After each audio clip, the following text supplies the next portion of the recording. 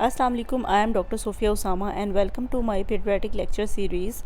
Today we will covering an important concept related to varicella zoster virus in a structured and easy to understand way, which is useful for medical students and pediatric colleagues. Varicella zoster virus, also called chickenpox or herpes zoster. Varicella zoster virus belong to herpes viridae family, which is a linear double-stranded DNA virus. Its only natural host is humans. There is no animal reservoir. It causes two distinct diseases: varicella, which is occur due to primary infection, and herpes zoster, which occur due to reactivation of the varicella zoster. This virus establishes a latency in dorsal root ganglion and cranial nerve ganglion, and it has cell to cell spread होता है, and it is very sensitive to desiccation and brief environmental survival होता है इसका जो incubation period 10 to 21 days का होता है. 1 to 2 days before rash until all lesions crusted. ये इन्फेक्शियस होता है और इसका attack rate in susceptible contacts में 60 to 100% होता है. Zoster lesions are infectious, less contagious than varicella. Airborne spread documented in hospitals. Negative pressure room required होता है इसके लिए. पैथोजेनेसिस और ट्रांसमिशन ये है कि मेनली एयरबॉर्न ड्रॉपलेट से स्प्रेड करता है. डायरेक्ट वेजिकल कांटेक्ट भी होता है और ट्रांसप्लेसेंटल स्प्रेड भी होता है. अब ये पैथोलॉजी दिखाई गई है, पैथोजेनेसिस दिखाई गई है कि ये एंटर होता है via oropharynx, respiratory mucosa and local replication होती है टॉन्सिल्स में. Then primary viraemia occur and its spread to liver, spleen, endothelial system में in after at day 4 to 6 post exposure. Then secondary viraemia occur massive replication होती है viraemia and skin में seeding होती है at 11 to 13 days of the infection. On skin, firstly there are macule formation, then papule, vesicle and crust form.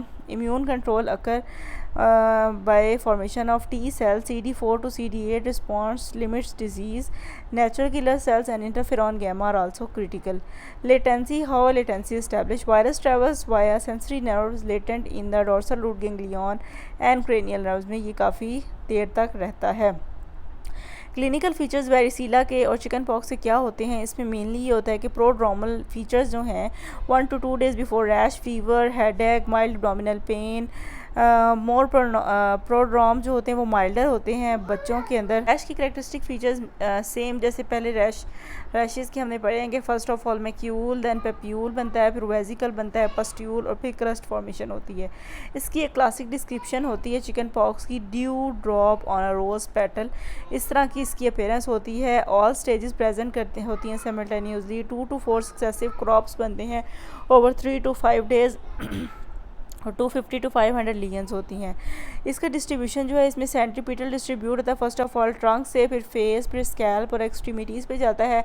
As compare to measles उसकी opposite distribution होती है और face से ट्रंक में transfer होता है. म्यूकस मेम्ब्रेन की इन्वॉल्वमेंट होती है. ओरल और कंजक्टाइवल म्यूकस मेम्ब्रेन इन्वॉल्व होती हैं.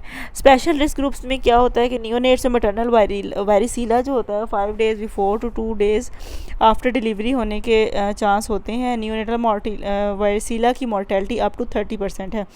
इम्यूनो कॉम्प्रोमाइज पेशेंट जो होते हैं उनमें प्रोग्रेसिव और डिसेमिनेटेड वेरिसीला होता है और ये अफेक्ट करता है डिफरेंट ऑर्गन्स को: नमूनिया, हेपेटाइटिस, एंसेफेलाइटिस, और इसकी वेरी हाई मॉर्टेलिटी अगर पेशेंट ट्रीट ना हो.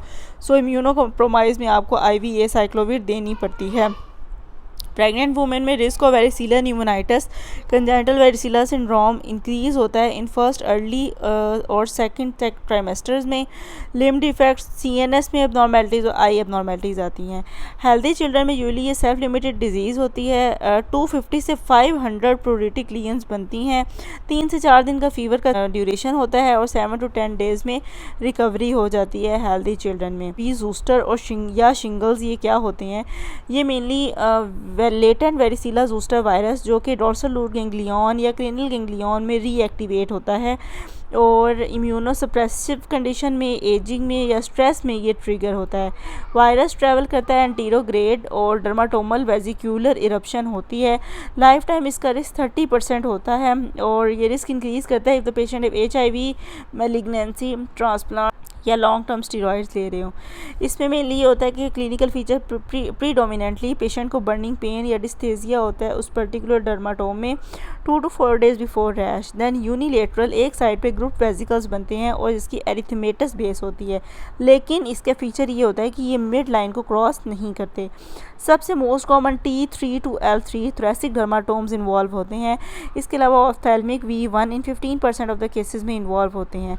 New lesions from 3 to 5 days, crusting complete हो जाती है 7 to 10 डेज में और फुल रेजोल्यूशन हो जाता है 2 to 4 वीक्स में। ठीक है, उसके बाद स्पेशल सिंड्रोम्स और कॉम्प्लिकेशंस क्या है जूस्टर की, इसमें रैम्से हैंड सिंड्रोम के बारे में डिस्कस किया गया हुआ है। ये क्रेनियल नर्व 7 में को इन्वॉल्व करता है। ईयर पेन होती है, फेशियल पैल्सी और वेजिकल्स होते हैं in the external auditory canal और सेफ्ट पैलेट में। देन हर्पीज जूस्टर और ऑफ्थेल्मिकस जो है क्रेनियल नर्व V1 5 की फर्स्ट ब्रांच को इन्वॉल्व करता है V1 और ये कॉज करता है keratitis, uveitis, potential vision loss, Hutchinson sign tip of the nose पे होता है। इसको फिर टिपिकली बोलते हैं कि नेजोसीलरी इन्वॉल्वमेंट होती है। Post herpetic neuralgia pain persist करता है more than 90 days, like 3 months तक रहता है, लेकिन ये रेयर होता है बच्चों के अंदर। Major morbidity in early 30 to 50% होती है in the more than 60। Complication क्या है, वेरिसीला की स्किन पे सेकेंडरी बैक्टीरियल इन्फेक्शन होने के चांसेस होते हैं। Via group A streptococcal super infection होता है। इसके अलावा staph cellulitis, abscess formation, necrotising fasciitis, impetigo भी बन सकता है। पल्मोनरी में varicella pneumonitis, bacterial super infection, chest x ray में डिफ्यूज बायलेटरल नोड्यूलर ओपेसिटीज़ होती हैं या पेरीब्रोंकियल इन्फिल्ट्रेट्स होते हैं। ये प्रोग्रेस कर सकता है on to acute respiratory distress syndrome. Mortality without antiviral therapy is high. Neurological, it causes most common CNS complication बच्चों में वेरिसीला जूस्टर की वजह से एक्यूट सेरिबेलर एटैक्सिया हो सकता है। इसके अलावा एनसेफेलाइटिस हो सकता है जिसमें ऑल्टर्ड कॉन्शियसनेस और सीजियर्स होते हैं। रे सिंड्रोम हो सकता है associated with aspirin use, so never give aspirin to the children. Transverse myelitis हो सकता है which is associated with Guillain Barre syndrome, लेकिन ये रेयर है। अदर सीरियस कॉम्प्लिकेशन में hepatitis, thrombocytopenia purpura, coagulopathy, arthritis, viral synovitis या रिएक्टिव, और इसके अलावा कंजेनिटल वेरिसीला सिंड्रोम भी हो सकता है जिसमें foetal growth restriction, limb hypoplasia, CNS and eye defects होते हैं। डायग्नोसिस के लिए clinical diagnosis sufficient in typical cases, लेकिन atypical presentation immunocompromise host में या आउटब्रेक में या मेडिको लीगल सिचुएशन में आपको इसकी लैब्स करवानी पड़ती हैं। इसमें सबसे पहले पीसीआर जो है वो गोल्ड स्टैंडर्ड है जो कि वायरस वेरिसीला ज़ोस्टर वायरस की डिटेक्शन करता है फ्रॉम वेजिकल फ्लूइड, क्रस्ट और सीएसएफ से मेथड ऑफ चॉइस है फॉर एटिपिकल और सीरियस केसेस के लिए। Serology IgM and acute primary infection के लिए है। आईजीजी इम्यूनिटी स्टेटस के असेसमेंट के लिए है। पोस्ट वैक्सीनेशन रिस्पॉन्स को देखने के लिए डायरेक्ट फ्लोरेसेंट टेस्ट जो है ये एक रैपिड टेस्ट होता है। Varicella zoster virus anti detection from vesicle base scraping, इसकी अच्छी सेंसिटिविटी है ड्यूरिंग वेजिकुलर स्टेज। इसके अलावा टिजैंक स्मीयर और वायरल कल्चर भी करते हैं। ट्रीटमेंट जो है स्पोर्टिव केयर ऑल पेशेंट्स में एंटीबायोटिक्स, पैरासीटामोल, एसिटामाइनोफेन ओनली। आपने एस्प्रिन नहीं देनी क्योंकि ये रे सिंड्रोम करती है। एंटीप्रोरेटिक जिसमें ओरल डाइफेनहाइड्रामीन, एवेल हाइड्रोक्सीजीन। इसके अलावा कैलामाइन लोशन टॉपिकली देते हैं। स्किन हाइजीन में डेली बाथिंग, नहाने से कोई कॉन्ट्राइंडिकेशन नहीं है चिकन पॉक्स में।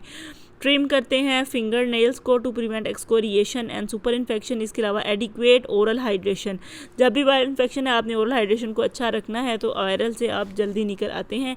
आइसोलेट करना है until all leans fully crusted over. सारे को इंडिकेशंस क्या है एंटीवायरल थेरेपी की इम्यूनो कॉम्पिटेंट पेशेंट्स में, एज 12 साल से ज़्यादा हो, secondary house hold contact, chronic skin disorder के साथ eczema, Burns, chronic skin disorders हो, पल्मोनरी डिजीज़ हो, रिसीविंग सैलिसाइलेट्स या स्टीरॉइड्स ले रहे हो, इनको आपने इम्यूनोथेरेपी देनी है। इसमें एसाइक्लोविर जो है वो आईवी देते हैं 10 mg पर kg, TDS में 7 to 10 डेज़ के लिए, ओरल एसाइक्लोविर 20 mg पर kg से देते हैं।